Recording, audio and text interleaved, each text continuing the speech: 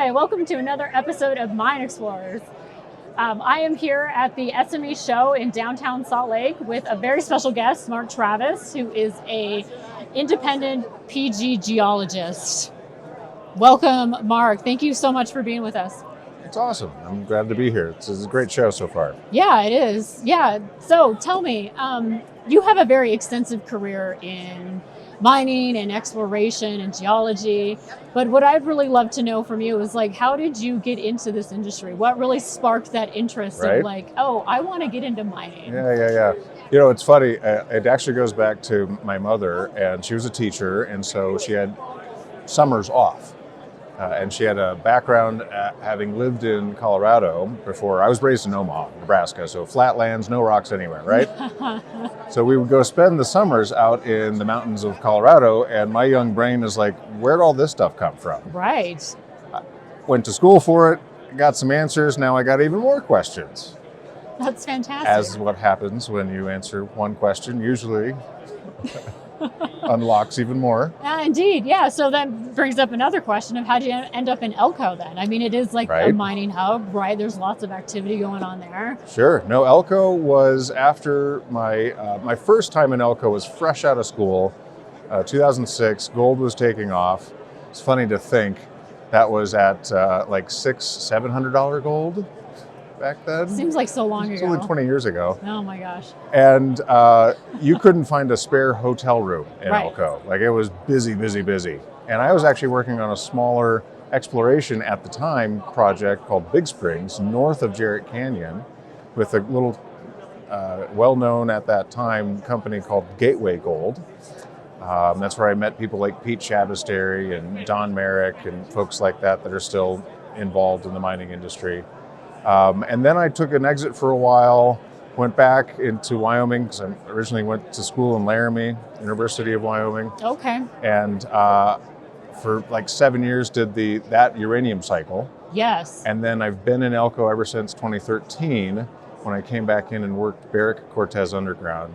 And kind of the rest is history. Went up to Jarrett Canyon for a little bit. Yeah, That's it's been fun. So neat. Yeah, so you did a little bit of underground work, some surface work, and uranium, and you're seeing uranium coming back now. Oh my God, it's crazy. It's almost at $100 a pound again. I was up at the Cambridge House, the VRIC conference prior to Roundup in Vancouver a month ago, and the CEO of UEC, Amir Adnani, actually called for $1,000 uranium price. Really? And I had done my own research on it and was like, actually, if we priced it BTUs to BTUs like coal, we should probably be closer to $3,000. And I was like, that sounds bonkers, right? That does sound bonkers. And maybe something more like $300 would be market applicable.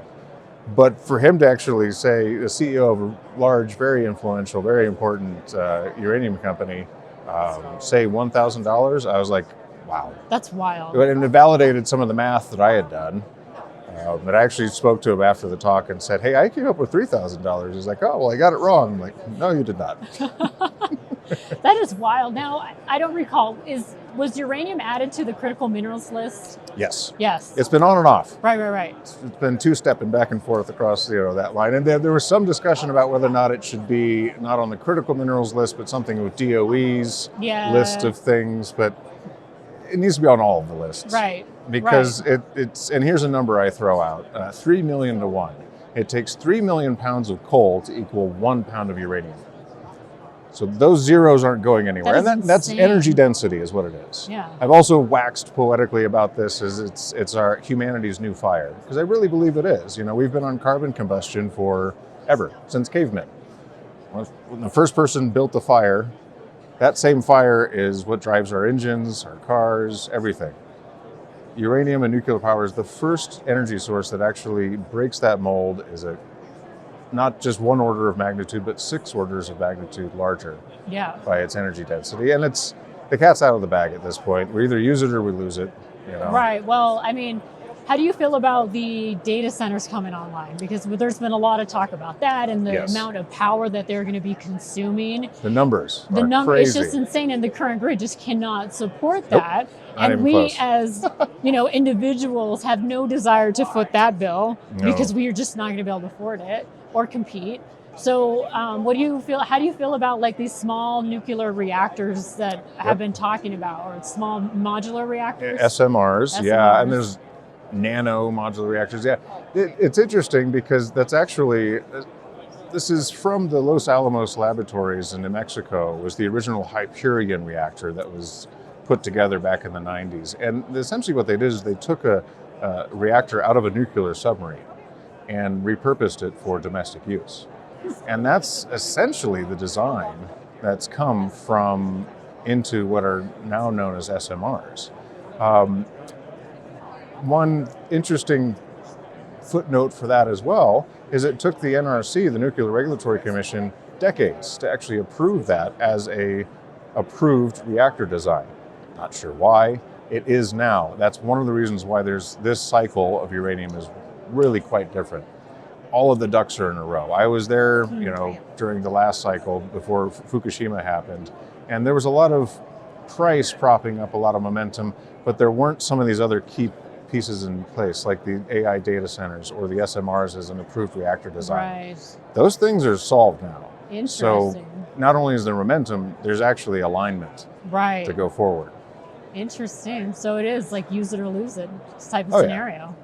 I also like to say, do you want Star Trek? This is how we get to Star Trek. That would be kind of cool, wouldn't it? That's awesome. So you're in the exploration space. What drives you to go out and search for new minerals? Like, what's the passion behind that? Right. One of my favorite things is I call them new road days. Days I get to go drive down a new road. New dusty dirt road? I've been down so many roads. It's a red letter day when I get to go down a new one. That's awesome. Now, what's behind that new road day is the fact that I get to go see new rocks. I get to go see a new diggings, new district that I haven't seen before. I'm working with the client to maybe put together a report so that they can take that to something that's capital facing. And that's really the motivation for me, is to really get out there, maybe try to understand something new, maybe be surprised. You get into these sort of things and you think, hey, this is a Carlin type gold deposit. Maybe it is, maybe it's not. Right. If I'm being a true geologist with scientific integrity, I need to be open to it being whatever it needs to be. Yeah, that's exciting. Yep. Yeah, there's a lot of excitement in going out there and just finding the unknown, right? Oh, There's a lot to be discovered, and the only way to do it is to get out and look. Yeah. 100%. Yeah, do you have a favorite commodity that you're a little biased towards that you really love working on? Yeah, probably uranium. Although, really, the precious metals have a special place. It depends on the state, let's put it that way. Nevada, I think what's been slept on is the silver. If it didn't have gold, they passed on it. It is the silver state. It is the silver state, and there's so many historic districts that haven't even seen modern drilling on it.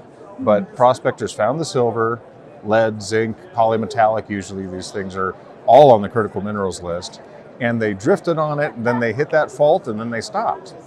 Because they didn't have drilling, they didn't have geophysics, they didn't have our modern conveniences of being able to explore for this stuff. There are so many districts in Nevada that Nevada truly could become the silver state again. Right.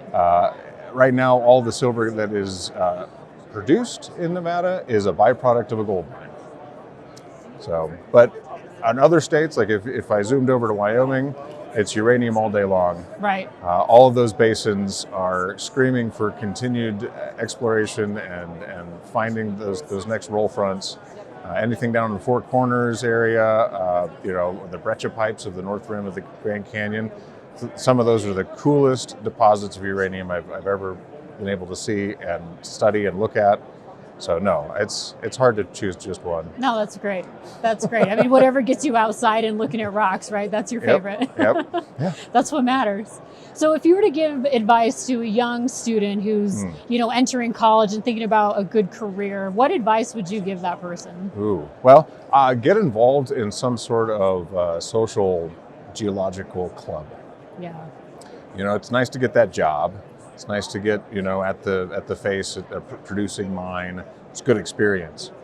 But networking and understanding who's doing what in your field and in your local environment, and being at these sort of, you know, the chance to be able to come to a conference and present work that you've done, maybe at a producing mine. I see that where, you know, maybe the exploration facing folks are more apt to join like the Geological Society of Nevada or whatever, you know, local facing group that you might have, but then that doesn't always translate down to the production staff. Right. They're kind of locked in and a little more myopic about how they're supposed to, you know, comport themselves. So, yeah, I think that'd be my advice: is get involved. Get involved, get experience, just learn everything that you can, pretty much. And learn what you like early, right, so that you don't get siloed in something you don't like. Right.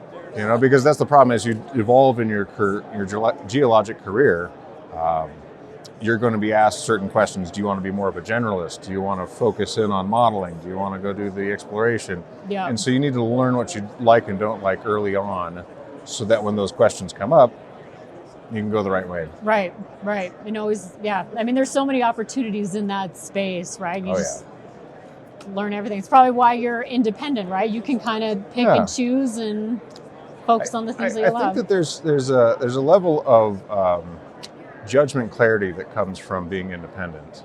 I'm not embedded in the incentive structures of some organization. I can be the adult in the room that gets to say, no, that doesn't work. Right. Or from my experience, this is how I would approach that. Yes.